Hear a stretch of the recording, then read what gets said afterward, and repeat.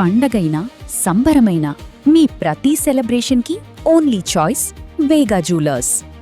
Suman TV ప్రేక్షకులకు నమస్కారం. ప్రస్తుతం మనతో పాటు ఉన్నారు ప్రముఖ జ్యోతిష్యులు బ్రహ్మశ్రీ నందిబట్ల శ్రీహరి శర్మ గురుగారు. వారితో మాట్లాడదాం శని వక్రగతి గురించి. గురుగారు నమస్కారం. గురుగారు వాగర్థ వివసంపృక్తౌ వాగర్థ ప్రతిపత్తయే జగతః పితరౌ వందే పార్వతీ పరమేశ్వరౌ. ఆదిత్యాయ చ సోమాయ మంగళాయ బుధాయ చ గురు శుక్ర శనిభ్యశ్చ రాహవే కేతవే నమః. శృంగేరి జగద్గురు పీఠాధిపతులకి కంచి పీఠాధిపతులకి నమస్కారములు తెలియచేసుకుంటూ కార్యక్రమాన్ని ప్రారంభిద్దాం. భారతదేశంలో ఇంకా ఎలాంటి పరిణామాలు చూడాల్సి వస్తుంది గురువు గారు? ఆల్రెడీ మనకి ప్రొటెస్ట్ నడుస్తుంది, నీట్ ఇలాంటివి జరుగుతున్నాయి, ఇంకా ఏం చోటు చేసుకోబోతున్నాయి? ఇప్పుడు మీకు గమనించుకుంటే ఈ ప్రొటెస్ట్లు అనేటువంటివి కూడా గత జూన్ అది ఈ జూలై 22వ తారీఖు నుంచే కదా గురువు గారు నీట్. అవును, ఈ యొక్క నిప్పు అణగారిన నిప్పులాగా ఉండి జూలై 22వ తారీఖు నుంచి చాలా ప్రొటెస్ట్లు చాలా ముందుకు వెళ్ళిపోయాయి. అంటే ఇది సహజంగా చాలా మంది వీక్షించేటువంటి మన సుమన్ టీవీ ప్రేక్షకులు తీసిపారేస్తారు, ఇదంతా ఏముందిలే అని చెప్పేసి.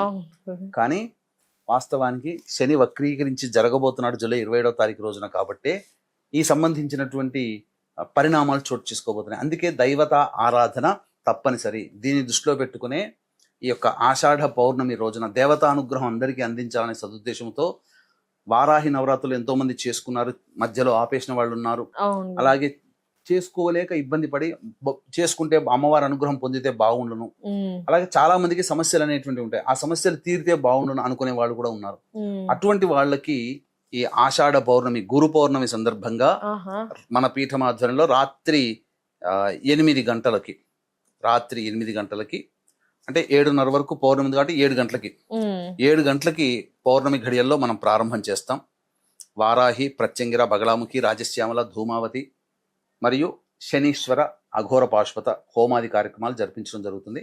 ఈ కార్యక్రమంలో నమోదు చేసుకున్నటువంటి వాళ్ళకి వారాహి మాల కూడా ఇవ్వడం జరుగుతుంది. అవకాశం ఉన్నటువంటి వాళ్ళు స్క్రీన్ పై కనిపిస్తున్న నెంబర్కి కాంటాక్ట్ చేసి గోత్రనామాలు నమోదు చేసుకోవచ్చు. ఎందుకంటే శని వక్రీకరించినటువంటి కారణం చేత శని మీనరాశికి మరియు కుంభరాశి కూడా ప్రభావితం కాబట్టి మొత్తం 12 రాశుల వారికి ఈ ప్రభావం ఉంటుంది.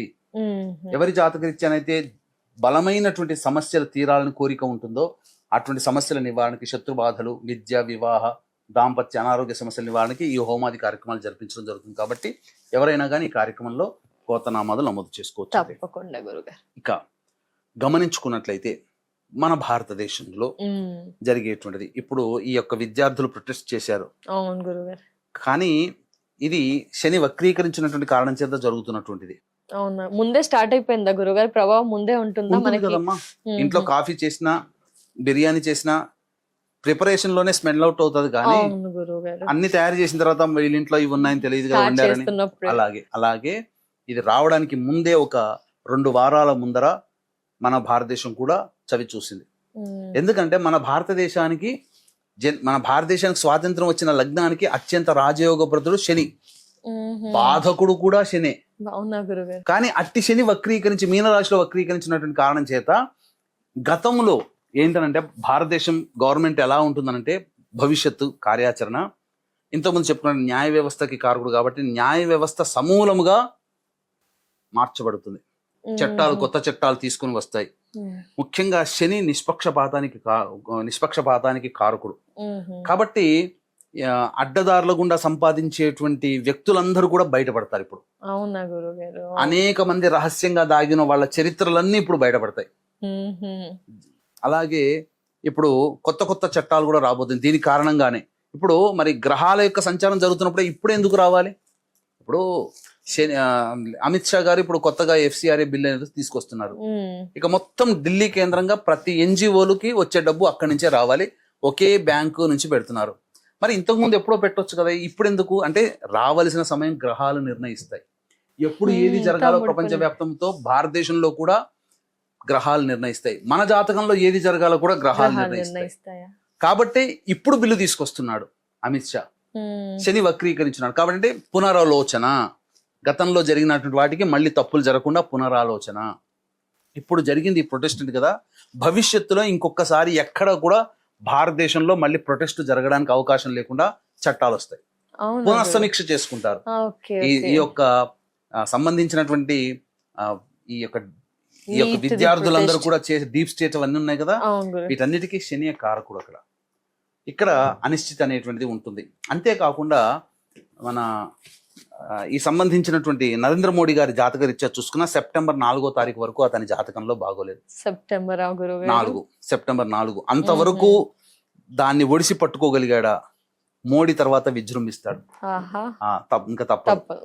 అంటే తర్వాత గట్టిగా మంచి రిజల్ట్స్ అనేటువంటి మోడీ చాలా దుందుడుకు జరిగా సెప్టెంబర్ 4 వరకు అతనికి బాగోలేదు. అంటే ఓపిక పట్టాలా, ఏం చేయాలంటారు ఓపిక గురుగారు? పట్టాల్సింది అంతవరకు అన్నిటికీ అది జరుగుతుంది. నిన్న నైట్ అందరికి మెసేజ్ చెప్పారు కదా, ఇలా అని నీట్ గురించి ఇలా జరిగింది, ఇక మీద జరగకుండా చూసుకుంటాం అది అలాంటివి. సెప్టెంబర్ 4 వరకు అతనికి మీద అభాండాలు అనేటువంటివి, అతన్ని క్యారెక్టర్ అసాసినేషన్ చేయడం కానీ, అవును గురుగారు, ఇన్ని రోజులు పాజిటివ్ గా అనిపించింది మోదీజీ గారి అది. మీద, ఇప్పుడు నెగిటివ్ వచ్చేది అంతా Negative. గ్రహ ఇంపాక్ట్.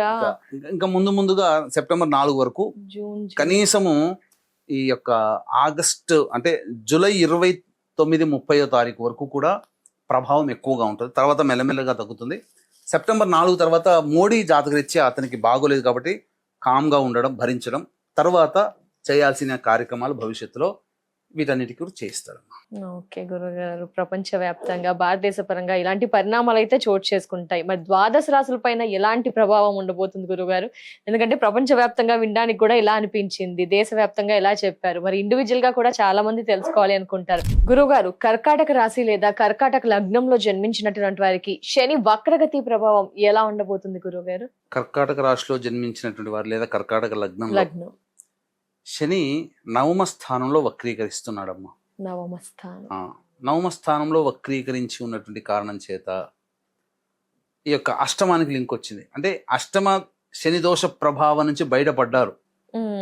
కానీ మళ్ళీ రీసెంట్ గా శని వక్రీకరించడం వల్ల కుంభరాశి మీద దృష్టి పడడం చేత మళ్ళీ అష్టమ శని ప్రభావాన్ని మళ్ళీ తిరిగి పొందుతారు అయ్యయ్యో కొంత. అందుకని ఆరోగ్యం పట్ల బాగా శ్రద్ధ వహించాలి అనేటువంటి సూచన.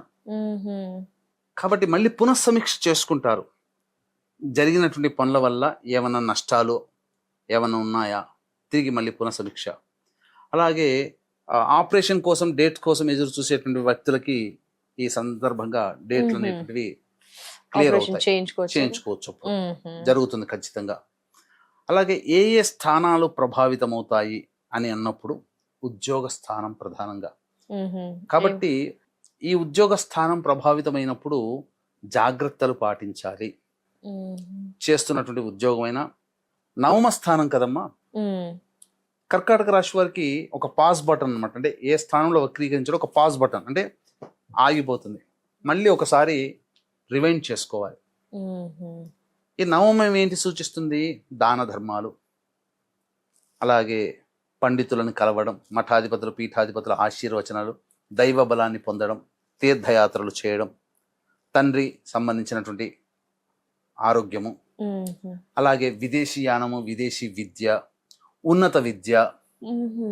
ఇక్కడ ఈ కర్కాటక రాశి లేదా కర్కాటక లగ్నంలో జన్మించినటువంటి వాళ్ళు శని వక్రీకరించిన కారణం చేత విద్యార్థులైతే ఎవరైతే ఉంటారో వాళ్ళు మళ్ళీ పునఃసమీక్ష చేసుకోవాలి. ఇప్పుడు నేను కోర్స్ కోసం అప్లై చేశాను, ఆ కోర్సు నాకు భవిష్యత్తుకి ఉపయోగపడుతుందా లేదా, ఆ కాలేజ్ మంచిదా కాదా అని శని ఒకసారి రీచెక్ చేసుకోమంటున్నాడు అక్కడ. అవకాశం ఇస్తున్నారు. ఉద్యోగంలో కానీ ఇంకేదైనా కానీ జాయిన్ అయిన తర్వాత సరైనదైనా కానీ ఆఫరు ఒకసారి రీచెక్ చేసుకోండి. అలాగే ఈ సంబంధించినటువంటి ఆస్తి సంబంధమైన వ్యవహారాలు ఉంటాయి కదా, ఇక మనం కోర్టుకు వెళ్దామనో లేకపోతే ఇంకేదన్నా చేద్దామని అనుకునే దానికి పాస్ బటన్ కాస్త మళ్ళీ రీచెక్ చేసుకోండి అని కాస్త టైం ఇస్తున్నాడు. ఇక్కడ ఆ శనిని ఆ విధంగా మనం అర్థం చేసుకోవాలి. ఇటు అష్టమ ప్రభావం కూడా ఉండడం వల్ల ఈ యొక్క జూలై 27 నుంచి డిసెంబర్ 11 వరకు చేసేటువంటి ప్రతి ప్రయత్నంలో ఏవైతే ఉన్నాయో ఆ ప్రయత్నంలో ఇబ్బందులు అనేటువంటి ఎదుర్కోక తప్పదు. కాబట్టి పునఃసమీక్ష చేసుకోండి, నష్టములు జరిగే అవకాశం ఉంటుంది. ఒకటికి 4 సార్లు తప్పదనుకుంటేనే బాగా జాగ్రత్తగా ముందడుగు వేసి ప్రయత్నం చేయండి అని సూచిస్తున్నాడు. ఇలాంటి స్థితిని కర్కాటక రాశి లేదా కర్కాటక లగ్నంలో జన్మించినటువంటి వాళ్ళకి ఏర్పడేటువంటిది. అలా ఆలోచించి నిర్ణయం తీసుకున్నప్పుడు మంచి ఎదురవుతుందా చెడు ఎదురవుతుందా గురువు గారు? ఇది మంచి ఫలితాలు ఇస్తాయి. వాళ్ళ జాతకంలో ఉన్నటువంటి మిగతా గ్రహాధిపతులు నడుస్తున్నటువంటి దశాంతర దశల ప్రభావం మీద, ఆ జాతకంలో ఉండే యోగాల మీద ఈ ప్రభావం ఆధారపడి ఉంటుంది. పూర్వపుణ్యం ఉందనుకోండి, సమీక్ష చేసుకుంటే మనకు కచ్చిబాటు కాంది మనకు మనం ఆపు చేసుకుంటాం. పుణ్య ప్రభావం లేదు, పాప ప్రభావం ఉంది, ఆగిబొమ్మని సూచిస్తుంది. ఆగకుండా మనసు చెప్పిందే వేదం అన్నట్టుగా ముందడుగు వెళ్తే నష్టాన్ని సూచిస్తారు. సో ఈ విధంగా మనం గ్రహాల యొక్క స్థితిగతులను అర్థం చేసుకోవాలి తప్ప మనం ఏది పడితే అట్లా ఉండడానికి లేదు. పునఃసమీక్ష చేసుకోవాలి. అందుకని ఇప్పుడు ఇరాన్ అనేటువంటిది కర్కాటక లగ్నానికి ఉదయ లగ్నం, స్వాతంత్రం సంబంధించింది కాబట్టి ఇప్పుడు యుద్ధం మీద పునఃసమీక్ష ఇప్పుడు ఇరాన్ తీసుకుంటుంది. ఇప్పటి వరకు ట్రంప్ చేసుకుంటూ వచ్చాడు, మీరు ఆగండి, ఆలోచన చేసుకోండి, ఆపుకోండి, మాతో కలవండి అని. మాట వినలే. ఇప్పుడు ఇరాన్ మాట వింటది అలా. సో అక్కడ పునఃసమీక్ష అనేటువంటిది చేసుకోవాలి. కాబట్టి విదేశీయానానికి కూడా పునఃసమీక్ష చేసుకోవాల్సినటువంటి పరిస్థితి ఈ యొక్క కర్కాటక రాశి వారికి ఎదురవుతుంది. ఆరోగ్యం పట్ల శ్రద్ధ వహించాలి. ముఖ్యంగా లాస్ అనేటువంటిది జరుగుతుంది ఏ పని చేసినా, కాబట్టి ఆ లాస్ అనేటువంటిది జరగకుండా చూసుకోవాలి. ఇక కుటుంబ సభ్యులతో వాగ్వివాదాలు పెరుగుతాయి. కాబట్టి కర్కాటక రాశి వాళ్ళు ఈ యొక్క సంబంధించినటువంటి రిలేషన్షిప్ బాండేజ్ ని జాగ్రత్తగా పరుచుకోవాలి. అనవసరంగా కుటుంబ సభ్యులతో మాట అనుకోకూడదమ్మా. తర్వాత సంతానం, ముఖ్యంగా సంతానముతో ప్రేమతో మెలగాలి. సంతానంతో విభేదాలు తీసుకురాకూడదు. పైగా లవ్ అండ్ అఫెక్షన్ ఆలోచనలకి కారకత్వం. కాబట్టి జీవిత భాగస్వామితో ఈ యొక్క సంబంధించిన శృంగార సంబంధాన్ని కోల్పోకుండా జాగ్రత్తగా కాపాడుకోవాలి. ఆలోచనలు ప్రేమతో చక్కగా దగ్గర తీసుకోవాలి. ఏ జీవిత భాగస్వామిని ప్రేమికుల మధ్య పొరపచ్చాలోచన జాగ్రత్తలుగా ఉండాలి. ఈ సమయం ప్రేమికుల మధ్య సంబంధ బాంధవ్యాల మీద ఎక్కువగా ఇబ్బందులు గురి చేస్తుంది. కాబట్టి కుటుంబ సంబంధాలు, మానవీయ విలువల మీద ఎక్కువగా ప్రభావితం చూపుతుంది. కాబట్టి ఈ కర్కాటక రాశి వారు వీటి మీద ఎక్కువగా కాన్సన్ట్రేట్ చేయాలి. అందుకనే ఈ శని వక్రీకరించినటువంటి కారణం చేత 12 రాశులు లేదా 12 లగ్నాలు కూడా ఇంపాక్ట్ అవుతాయి. డిపెండ్స్ అపాన్ ద హారోస్కోప్, అతని యొక్క యోగ అవయోగాల మీద మంచి లేదా చెడు. కాబట్టి ఇక్కడ జాతకం చూపించుకోవడానికి సంబంధం లేకుండా అందరికీ కూడా ఈ శని వక్రీకరించినటువంటి దోషము తొలగిపోవాలనేటువంటి సదుద్దేశంతో గురువు కంట్రోల్ చేస్తాడు. నవగ్రహాల్లో శనిని ప్రొటెక్ట్ చేస్తాడు శని ప్రభావం నుంచి బయటపడడానికి, దుష్ప్రభావం నుంచి. కాబట్టి గురు పౌర్ణమి, ఆషాఢ పౌర్ణమి, గురు పౌర్ణమి సందర్భంగా మన పీఠం ఆధ్వర్యంలో ఈ సంబంధించినటువంటి ఈ యొక్క వారాహి, ప్రత్యంగిర, బగలాముఖి, రాజశ్యామల, ధూమావతి, శనేశ్వర, అఘోర పాశ్వత హోమాది కార్యక్రమాలు జరిపించి వారాహి మాల ఇవ్వడం జరుగుతుంది. ఇది జూలై 29వ తారీఖు సాయంకాలం 7 గంటలకి ప్రారంభమవుతుంది. కాబట్టి సాయంకాలం 6 గంటల లోపల స్క్రీన్పై కనిపిస్తున్న నెంబర్కి కాంటాక్ట్ చేసి గోత్రనామాదులు నమోదు చేసుకోవచ్చు. గురుగారు, ఈ పరిహారంలో పాల్గొనడంతో పాటు ఇంకా ఏమైనా ఇండివిజువల్ గా పరిహారం చేయాలి అంటారా కర్కాటక రాశి వారు? ముఖ్యంగా పీఠాధిపతులు, పెద్దలు దేవాలయ సందర్శన తరచూ చేయడం, దేవాలయంలో ఉచిత సేవ చేయడం, పెద్దలని గౌరవించడం, ఇవన్నీ చేసుకుంటూ ఉంటే ఏ రకమైన ఇబ్బందుల్ని గురి కాక ఉంటారమ్మా. తప్పకుండా. ధన్యవాదాలు గురువుగారు. నమస్కారం. సర్వం శ్రీ ఉమామహేశ్వర పరబ్రహ్మార్పణమస్తు. సో చూసారు కదా, గురువు గారి ఆధ్వర్యంలో గురు పూర్ణిమ రోజు జరగబోయే క్రతువుల్లో మీ గోత్రనామాదుల్ని నమోదు చేసుకోవాలనుకుంటే కనుక స్క్రీన్ పై నెంబర్ కనిపిస్తుందండి.